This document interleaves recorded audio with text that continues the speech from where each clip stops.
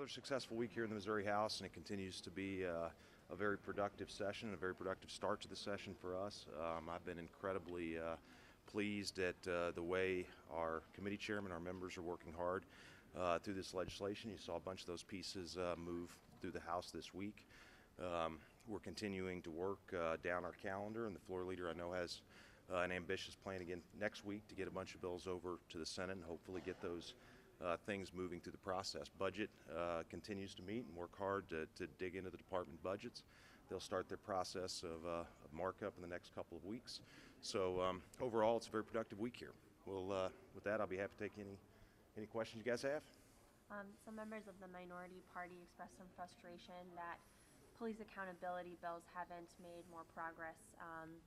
So why haven't those bills moved to the floor, and do you think anything more needs to be done to address some of these concerns? Look, yes, I mean, I'm going to sit down with some of those members that expressed those concerns next week and to get a sense of what range of proposals they'd like us to consider. I think there's some things there that we can work together on, and I think there's probably some things in that list that the two caucuses are just too far apart on. So we'll start on that process next week, and to the extent we can find some things that we can get some common ground on, we'll be happy to try to work with them.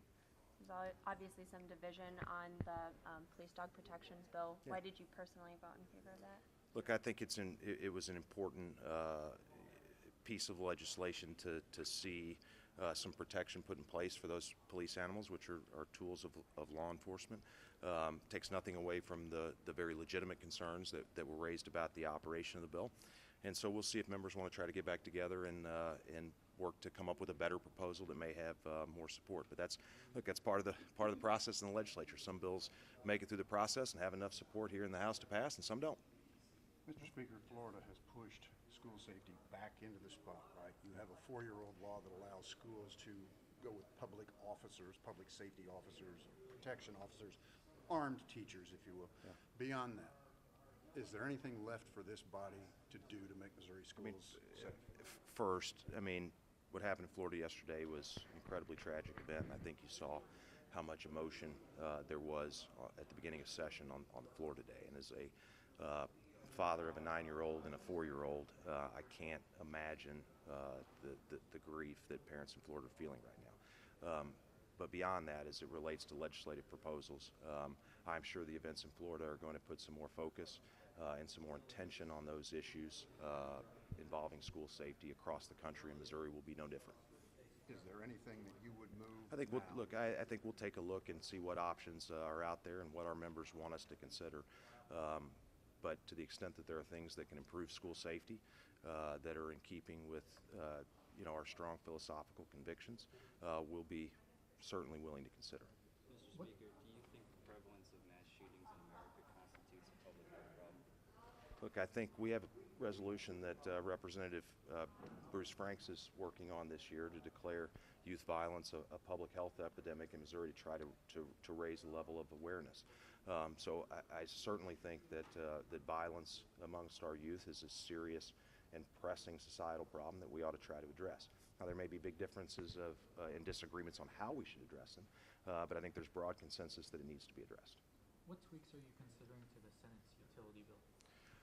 Well, we don't have the Senate's utility bill yet, since they're still trying to third read it right now. So our committees, our committee chairman and our sponsors in the House will do a deep dive if we get a bill from the Senate. They're also working, they heard a House version of that bill last night, so they'll have plenty of suggestions, I'm sure. Mr. Speaker, were you or any member of the leadership team visited by the investigator from the circuit attorney yesterday? I won't speak for the rest of the leadership team. You can ask them, but I did speak with those investigators yesterday, and beyond that, direct those questions to the circuit attorney's office on the specifics. You're not interested in talking about what they asked? Right. I did speak with those investigators yesterday. Mr. Speaker, Yes, sir. I covered the mayors yesterday, the Missouri Mayors United for Progress. Top priority for them is a primary seatbelt law. That's Chairman Rybolt's bill.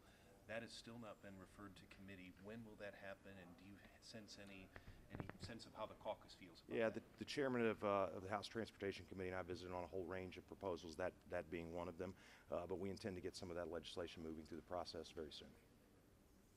All right, thanks. Have a good weekend.